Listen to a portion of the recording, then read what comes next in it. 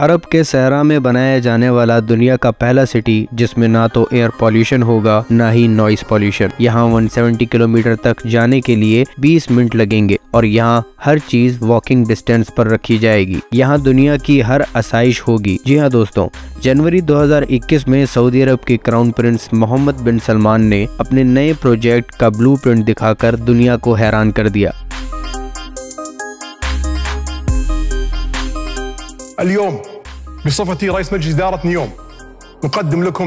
उन्होंने कहा कि वो एक सिटी बनाने जा रहे हैं जो कि एक पूरा शहर 1 अरब लोगों का होगा, जिसको एक स्ट्रेट लाइन में बनाया जाएगा जो कि 170 किलोमीटर तक लंबी लाइन होगी। और ना सिर्फ लंबी लाइन बल्कि ये दुनिया की कई बिल्डिंग से ऊंचा सिटी होगा। द लाइन प्रोजेक्ट सऊदी अरब के टॉप प्रोजेक्ट्स में शामिल है।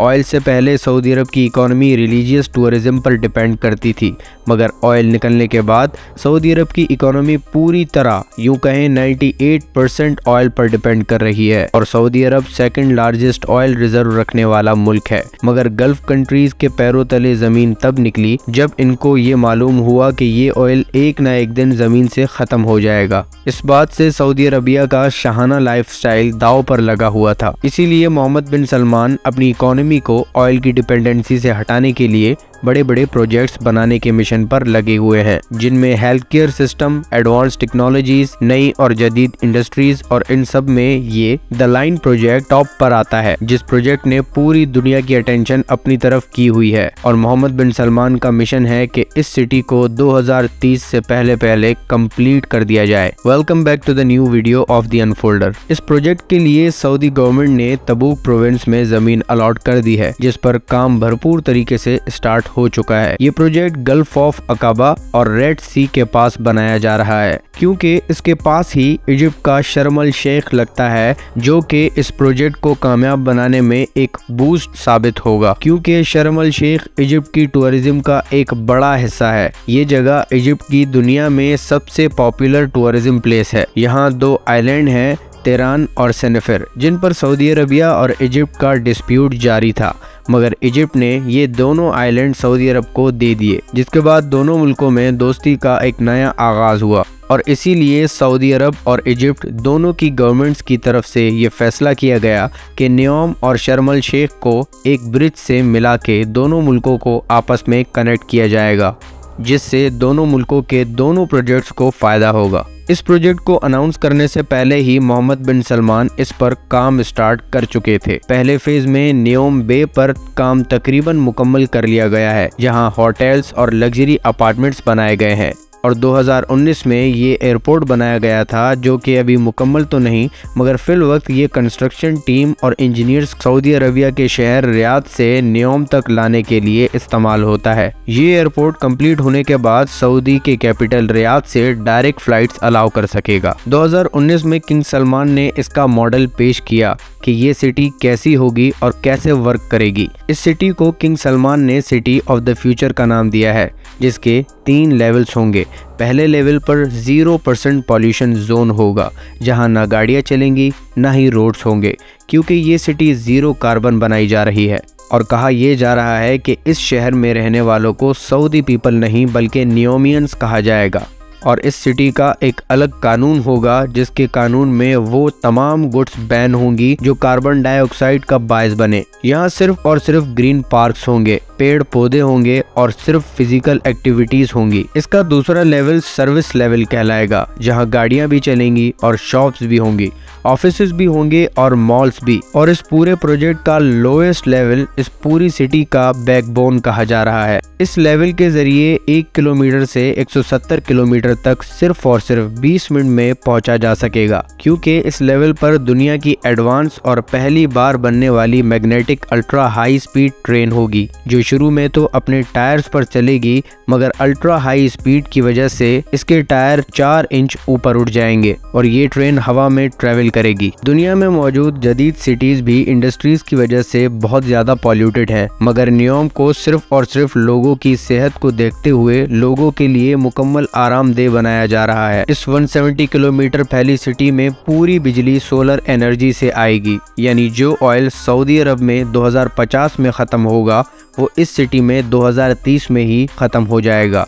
इस प्रोजेक्ट पर सऊदी हुकूमत ने $500 बिलियन खर्च करने का फैसला किया है, जो तकरीबन 37,500 अरब रुपए बनते हैं। ये रकम दुनिया के अमीर तरीन आदमी इलॉन मस्क की नेटवर्थ से 2 गुना ज़्यादा है। यहाँ की 100% बिजली रिक्वायरमेंट रीन्यूएबल एनर्जी से पूरी की जाएगी। इस सिटी को 4,500 फीट ऊंचे पहाड़ों से भी गुजारा जाएगा। सऊदी अरब ने इस हिस्से को ट्रोजेना का नाम दिया है।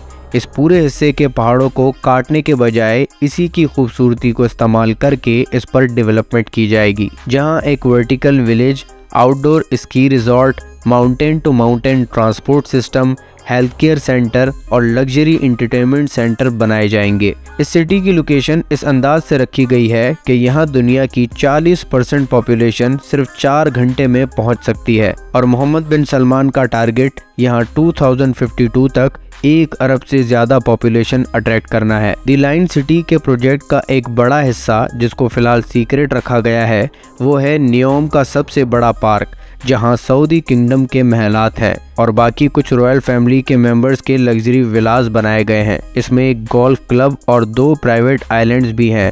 प्रोजेक्ट के इस हिस्से को द नियोम पैलेस का नाम दिया गया है और यहाँ पर 2 हेलीपैड्स भी मौजूद हैं। सऊदी अरब के हुक्मरान इस प्रोजेक्ट के लिए बहुत सीरियस तो हैं, मगर उनको काफ़ी सारे चैलेंजेस का भी सामना है। इनकी तरफ से दावा ये किया जा रहा है कि नियोम सिटी 100% रीन्यूएबल एनर्जी पर चलेगी। तो फिर सवाल ये है कि पीने का साफ पानी, जो फिलहाल सऊदी अरब में सी वाटर को सॉफ्ट करके इकट्ठा किया जाता है, उसमें फॉसिल फ्यूल यूज होता है, वो बगैर फॉसिल फ्यूल के कैसे मिलेगा? क्योंकि ये बात तो हम सबको मालूम है कि सऊदी अरबिया में फ्रेश वाटर की कोई एक भी रिवर मौजूद नहीं है। 1 अरब लोगों के लिए 100% सोलर एनर्जी पर शहर को चलाने के लिए इनको क्या कुछ करना पड़ेगा? और ग्रीन एनर्जी से चलने वाली अंडरग्राउंड हाई स्पीड ट्रेन इतनी जल्दी कैसे तैयार हो पाएंगी? वैसे हम आपको बता दें कि इसके जवाब भी बड़े आसान हैं। नियोम में फ्रेश वाटर जनरेट करने के लिए एक नया मेथड अप्लाई किया जा रहा है।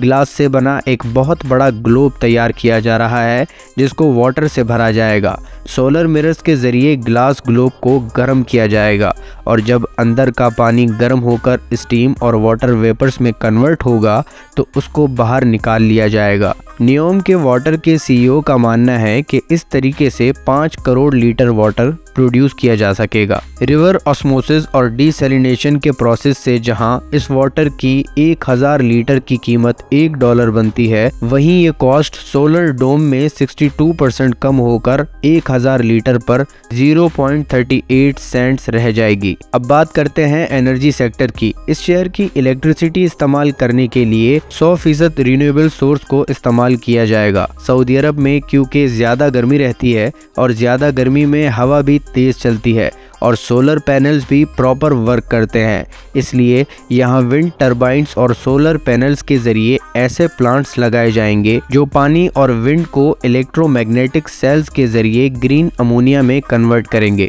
जो कि एक बहुत इफेक्टिव फ्यूल है। नॉर्मल फ्यूल को जब बर्न किया जाता है तो उसमें ऐसी गैसेस निकलती हैं जो पॉल्यूशन का बायस बनती हैं, लेकिन ग्रीन अमोनिया यानी ग्रीन हाइड्रोजन 100% ग्रीन एनर्जी से बनाया जाता है। इसी वजह से इसके बर्न होने पर कोई नुकसान नहीं होता। इस ग्रीन अमोनिया को स्टोर करना भी काफ़ी आसान है। अब आते हैं मेन सवाल पर, यानी अल्ट्रा हाई स्पीड ट्रेन जो दुनिया में पहली बार प्रैक्टिकली नियोम में इस्तेमाल होंगी। ये high speed train 482 kilometre per hour की स्पीड से चलाने की काबिलियत रखेंगी। ये नियोम सिटी के एक कोने से दूसरे कोने तक सिर्फ और सिर्फ 20 मिनट में ट्रेवल करेंगी। ये ट्रेन जिस टनल में चलेंगी वहाँ हैवी मैग्नेट्स लगे होंगे जो ग्रीन इलेक्ट्रिसिटी की मदद से ट्रेन को पुश या स्टॉप कर सकेंगे।